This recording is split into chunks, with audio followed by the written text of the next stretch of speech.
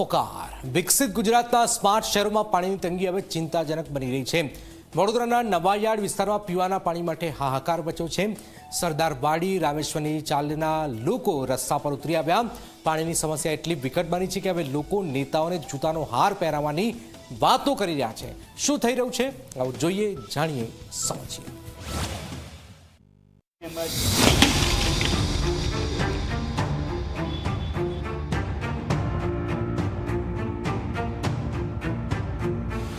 અમારે નરે નહીં, હેડપંપ અમારો બગડી ગયો છે। 7 દિવસથી અરજી કરી છે પણ કોઈ આવતું नहीं हेडपंप रिपेयर करवा માટે। दूसरे को वहाँ से पानी भर के रोड क्रॉस करके जाने का भैया।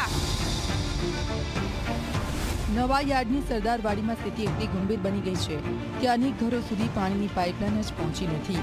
ધૂમ ધકતા તડકામાં મહિલાઓને ટેન્કરમાંથી પાણી ભરવું પડે છે।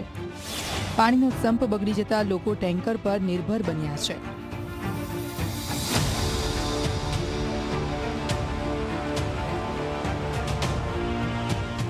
સ્માર્ટ સિટી વડોદરામાં કાળઝાળ ઉનાળાની ગરમીમાં લોકોના ઘરમાં પાણી નથી આવી રહ્યું, જેના કારણે લોકોને ટેન્કરથી પાણી ભરવું પડી રહ્યું છે। અત્યારે અમે વડોદરાના નવાયાર્ડ વિસ્તારમાં આવેલા સરદારવાડી વિસ્તારમાં છે કે જ્યાં આપ જોઈ શકો છો કઈ રીતના મહિલાઓ ટેન્કરથી પાણી ભરવા માટે મજબૂર છે। અહીંયા 15 થી 20 જેટલા ઘરો આવેલા છે કે જેમના ત્યાં વર્ષોથી પીવાના પાણીની લાઈન નથી અને જે હેડપંપ છે તે હેડપંપ પણ તેમનું બગડી ગયું છે અને તેને પણ બનાવવા માટે તંત્ર નથી આવી રહ્યું। સ્થાનિક લોકોએ છેલ્લા 7 દિવસથી રજૂઆત કરી છે તંત્રને, પરંતુ તંત્રના પેટનું પાણી નથી હલતું। સ્થાનિકોનો આક્ષેપ છે કે અનેક રજૂઆતો છતાં તંત્ર કોઈ પગલાં લઈ રહ્યું નથી। એક તરફ જ્યાં લાઈન નથી ત્યાં તરસ છે અને જ્યાં લાઈન છે ત્યાં ગંદુ અને દૂષિત પાણી આવી રહ્યું છે। તો પહેલા ગટરનું પાણી આવ્યું 15 દાડા, પછી આ લોકો લાઈનો કાપી કાઢી છે। તો લાઈનો કાપી તો તમે વહેલા તરીકે કામ કરાવો। પાણીની અમને બહુ તકલીફ પડે છે। ટેન્કર તો એક ટેન્કર આવે એમાંથી અમે કેટલા લોકો પાણી ભરી શકીએ છીએ। દૂરથી તો રેલવે વાળા અમને પાણી ભરવા દેતા નહીં। અમારી એ જ વિનંતી છે કે વહેલા તરીકે કામ કરાવો। 20 દિવસથી પાણી નહીં આવતું, બધી લાઈનો કાપી નાખી છે, એક લાઈન જોઈન્ટ થતી નહીં ને કોઈ અધિકારી જોવા આવતું નથી। આજે કેટલા દિવસથી પાણીની આપદા પડે છે, ગરમીનો ટાઈમ છે। અમે પાછળ ભરવા જઈએ તો રેલવે વાળા ભરવા નહીં દેતા। 25 રૂપિયાનો એક જગ લાવવાનું, રોજ કેવી રીતના જગ લાવવાનું? છોકરા રિક્ષા ચલાવે, રોજ 25 રૂપિયા નાખીએ તો પછી ખાઈએ શું અમે લોકો? પાણીની તીવ્ર અછતથી કંટાળીને રામેશ્વરની ચાલીની મહિલાઓએ આજે ઉગ્ર વિરોધ નોંધાવ્યો। રસ્તા પર માટલા ફોડી તંત્ર સામે આક્રોશ વ્યક્ત કર્યો।